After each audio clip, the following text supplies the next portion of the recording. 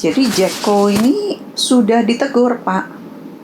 Jadi hamba-hamba Tuhan yang seperti ini bukannya nggak ada teguran. Tuhan sudah kirim nabi-nabi.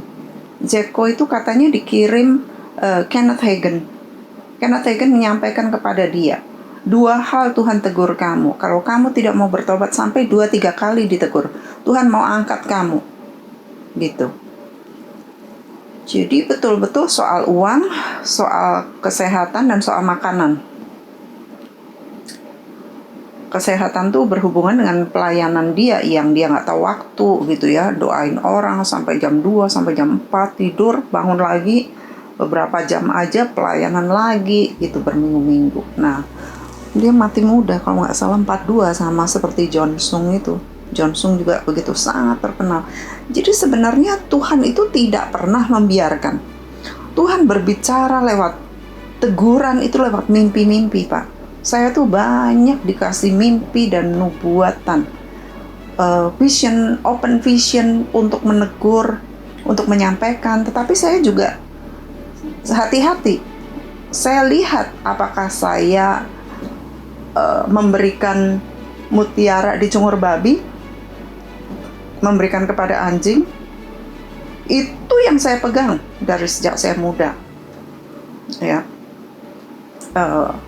beberapa waktu yang lalu Tuhan kasih saya mimpi. Salah satu murid nih, perempuan, dia single. Mimpinya jelas, ini penglihatan terbuka gitu ya. Dia dicumbu seorang pria. Jelas sekali prianya seperti apa. Terus di kesaksian roh saya tahu bahwa ini lelaki sudah beristri. Jadi akhirnya kami tanya dia. Wah, dia bilang, aduh betul sekali.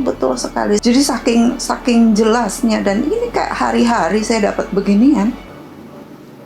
Nah, akhirnya dia sudah bertobat. Beberapa bulan, loh kok saya melihat lagi?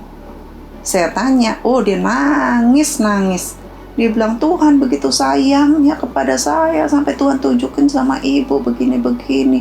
Aduh, saya bergereja di tempat lain, hamba Tuhan saya begitu luar biasa, tetapi tidak pernah hamba Tuhan menegur begini. Saya dimuridkan di sini.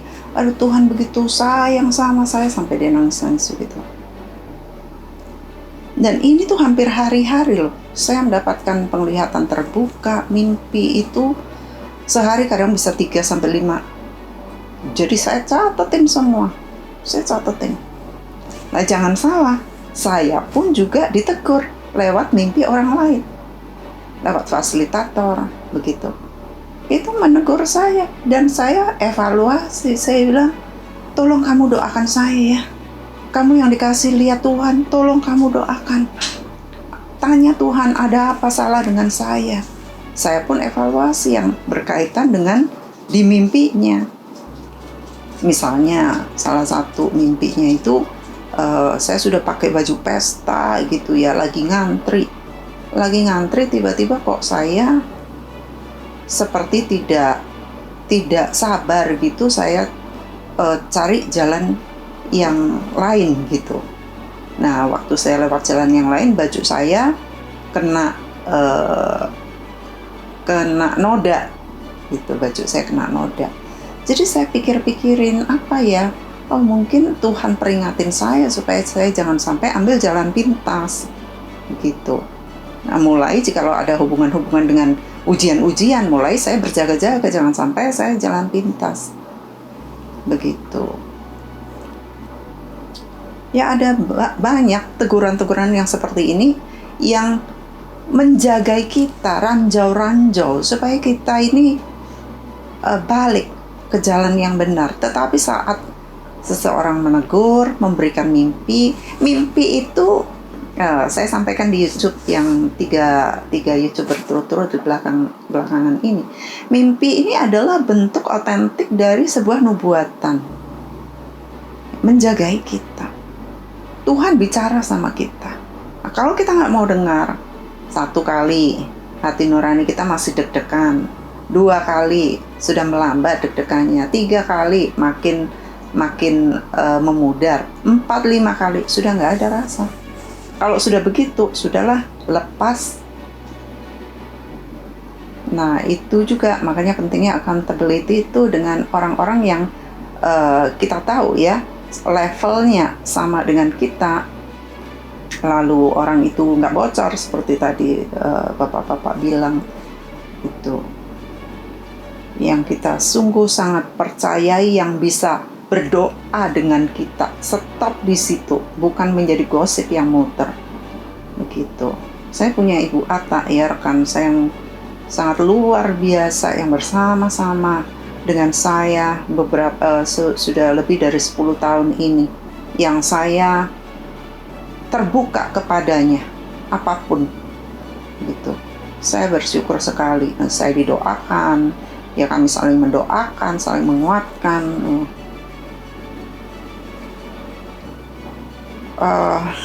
Saya belajar ini, mungkin apa yang saya sampaikan ini kiranya dapat membekas menolong kepada kita semua, karena saya juga sampaikan ke beberapa orang yang saya rasa perlu untuk saya sampaikan. Nah, apalagi di kelas seperti ini ya, kita hamba Tuhan.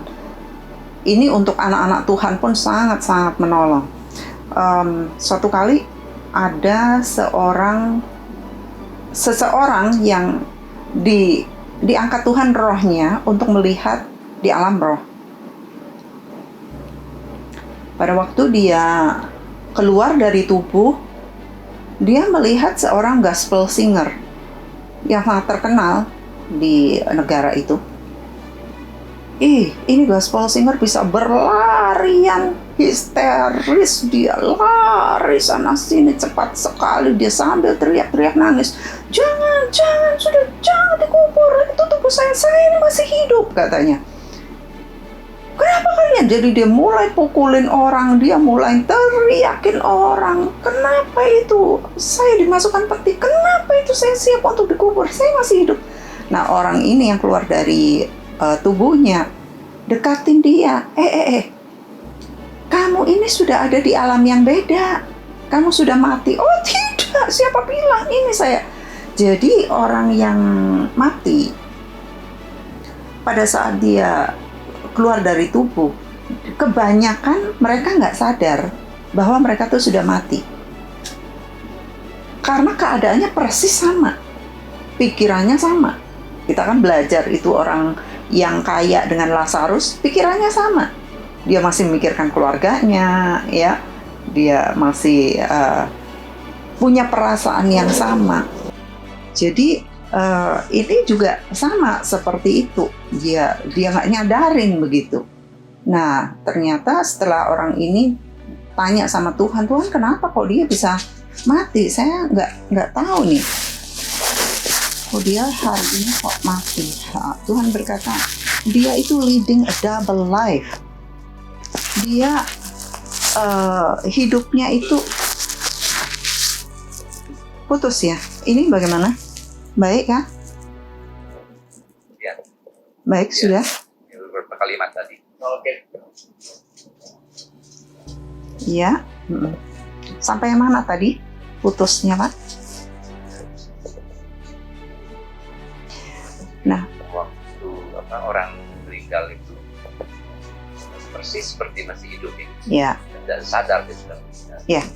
Jadi orang yang rohnya dibawa Tuhan ini untuk lihat nanya, Tuhan kenapa dia kok sudah mati sedemikian rupa, dan dia nggak tahu bahwa dia udah meninggal, dan dia kecewa sekali gitu loh bahwa tubuhnya akan dikubur. Dia sampai teriak-teriak. Tuhan berkata dia leading a double life, hidupnya itu dua sisi begitu. Satu, dia rohani, dia pimpin pujian, dia WL yang sangat terkenal di negara itu, dia pengarang lagu juga, tetapi ternyata dia hidup dengan istri orang, dia berselingkuh, berzina begitu. Jadi ini akan menolong kita semua untuk kita sungguh-sungguh hati-hati bahwa nggak tahu kapan Tuhan panggil kita. Saat kita berbuat dosa, tiba-tiba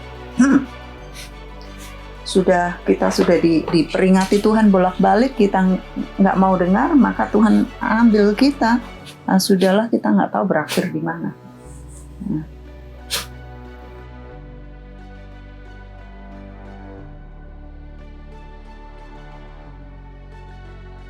Dia, wah, hebat sekali itu orang. Dia aja penasehat presiden, tapi kemudian dan dia itu anti-gay. Dia teriak-teriak, dia akan khotbah teriak-teriak, dia akan mewakili hamba-hamba Tuhan yang menentang gay. Nah, tiba-tiba ada seorang gay yang nonton sambil olahraga treadmill. Dia melihat, siapa ini loh, kok bisa teriak-teriak begitu? Ternyata pendeta. Ternyata itu langganan saya. Gitu. Ya, itu pelacur pria.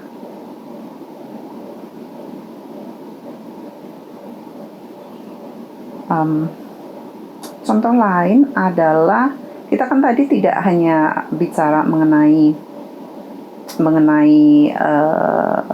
perempuan ya, kejatuhan seks ya, tapi kita bicara hal-hal yang lain. Tadi Pak Samuel Basri kan menanyakan apakah ini atau yang lain. Tidak, kita bicara semua segi.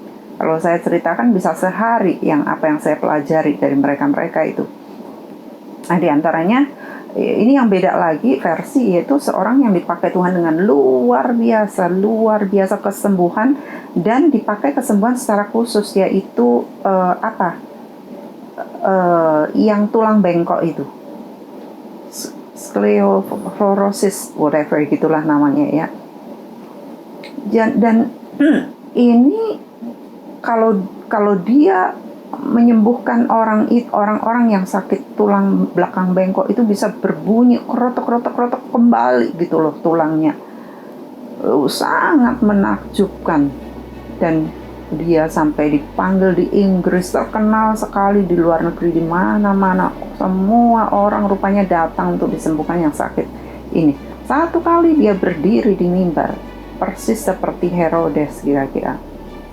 Dan dia berkata, dunia ada di kaki saya. Semua dunia ini datang kepada saya untuk disembuhkan. Disitulah Tuhan pukul dia, dan dia menderita sakit yang mana dia bisa sembuhkan orang. Sakit persis seperti itu sampai hari matinya, sampai membongkok badannya, bongkok sampai nggak bisa tegak begitu. Di akhir hidupnya sedikit sekali orang yang datang kepada dia. Salah satunya yang datang adalah Dr. Lester Sumrall.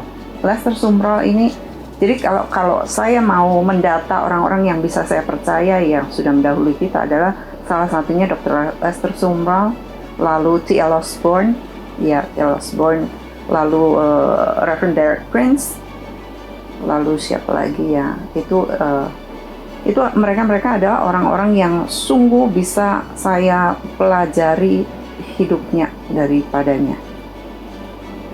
Nah, Dr. Lester Sumrall ini datang menengok beliau, dan beliau sampai bongkok, kepalanya sampai nunduk begitu. Dia bilang, bertahun-tahun sejak saya sakit, tidak ada satupun orang yang sudah saya doakan sembuhkan itu datang kepada saya. Hari ini kamu datang, didoakan dia. Ya.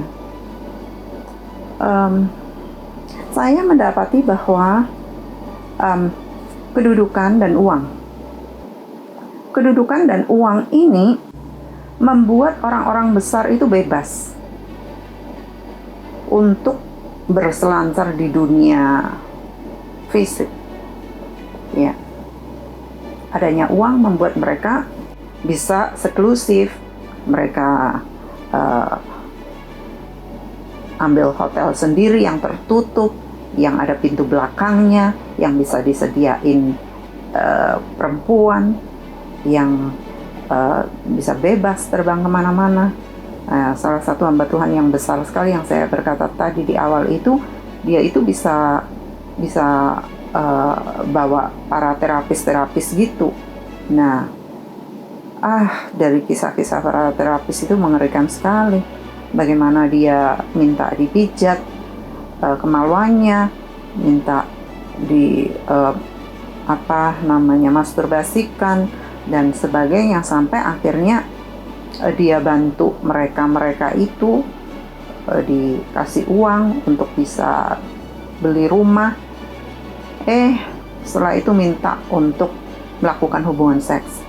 Begitu. Ini hamba Tuhan yang besar sekali. Kalau pelayanan keliling seluruh dunia, dia bisa panggil-panggil para terapis untuk menerapi dia punya alat vital itu. Dan dia katakan bahwa ini berkat Tuhan. Berkat Tuhan saya dianugerahi kebaikan setelah saya melayani. Jadi bisa begitu bengkoknya orang-orang yang tercampur dengan daging. Dan akhirnya kita tahu, tadi saya pelajari sejak tahun lalu bahwa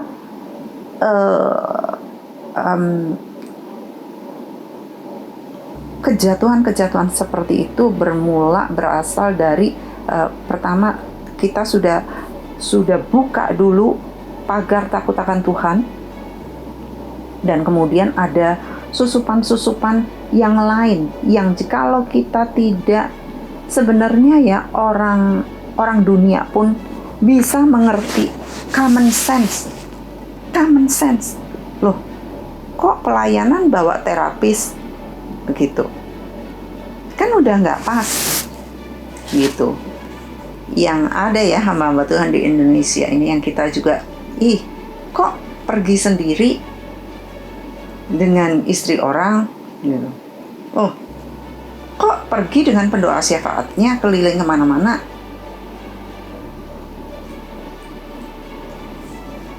Sebenarnya ada common sense, itu common sense aja sebenarnya. Kalau kita mau dengar orang ngomong,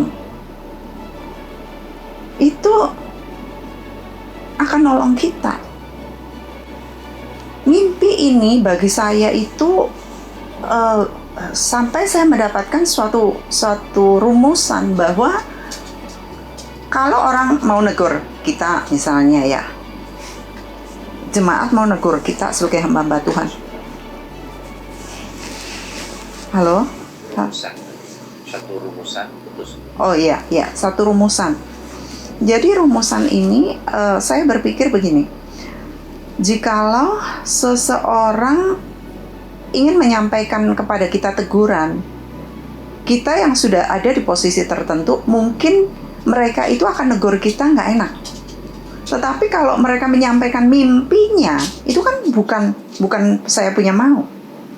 Iya kan? Mimpi itu kan dari Tuhan atau apa, nggak tahu lah. Pokoknya saya sampaikan aja. Jadi orang itu tidak merasa bersalah karena itu bukan rumusan dia, bukan akal-akalan dia lah gitu.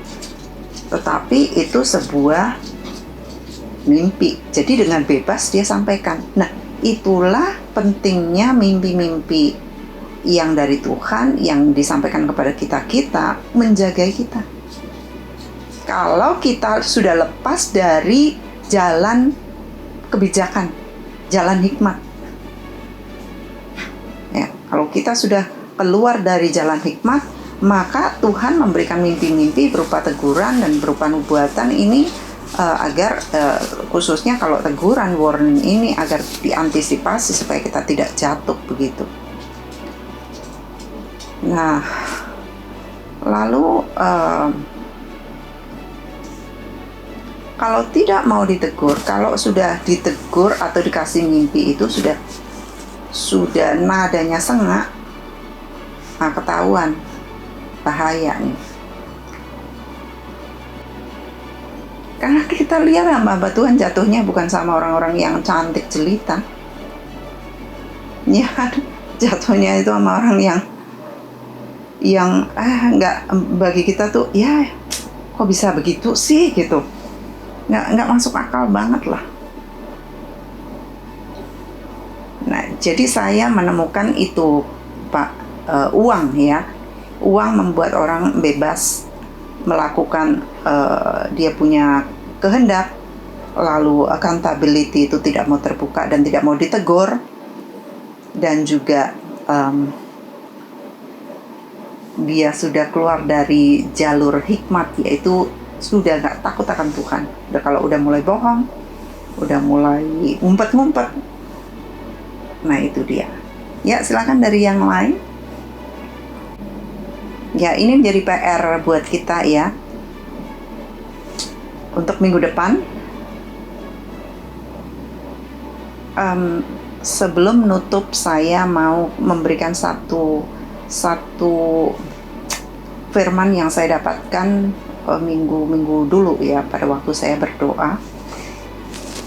Ini luar biasa sekali, yaitu mengenai ketika Daud dikejar Saul dan kemudian Saul dengan Abner dengan pasukan-pasukannya mereka tertidur ya. Dan dikatakan itu adalah ketiduran yang dari Tuhan ya, kita tahu itu ayatnya, ketiduran yang dari Tuhan. Dan Abisai berkata, Daud, ini satu hentakan saja dia sudah mati dan kamu jadi raja sesuai dengan nubuatan Nabi Samuel gitu. Dan Daud tidak mau. Di situ saya berpikir begini, ketiduran yang dari Tuhan itu bisa menjadi ujian bagi kita. Tuhan biarkan, seperti tadi Pak Konsam berkata, kenapa Tuhan biarkan? Tuhan biarkan itu menjadi suatu ujian bagi kita. Apakah kita memanfaatkan, tanda kutip, ketiduran yang dari Tuhan itu untuk kita melampiaskan kita punya kedagingan? Atau kita berkata, tunggu, saya sudah tahu prinsipnya, biar bagaimanapun orang itu berulah, itu orang yang diurapi Tuhan dan saya tidak akan jamah dia. Tidak akan. Biar dia akan mati anyway. Dia mau mati dengan cara bagaimana, pokoknya dia akan mati, biar Tuhan sendiri yang ambil dia punya nyawa. Tetapi bukan saya. Jadi ini menjadi suatu guidance buat saya yang sangat besar hari-hari ini. Hal yang sangat luar biasa. Dan hari-hari ini kami menghadapi beberapa hal ya, yang juga kami doakan, kami bumulkan, saya puasakan dan sebagainya. Dan saya melihat, saya memberitahu kepada beberapa mereka, saya berkata hati-hati. Karena hal seperti itu Tuhan biarkan itu menjadi ujian bagi kita. Dan sampai kita turun tangan. Dan sampai kita turun tangan itu, kalau di istilahnya Daud itu membunuh ya. Kalau di kita mau ngatain dia, kita mau apain dia, kita mau jelekin dia, kita mau ini. Pokoknya kita harus ada di koridor firman. Si Daud berada di koridor firman. Dia berkata, aku tidak akan menjamah orang yang diurapi Tuhan. Biar dia udah sinting, gitu ya istilahnya. Udah sinting, udah kejar-kejar Daud. Bagaimana sih ini raja yang diurapi kok kejar-kejar? Itu udah masuk akal. Tetapi sesinting-sintingnya orang itu menjadi ujian bagi kita. Kiranya ini menolong kita semua.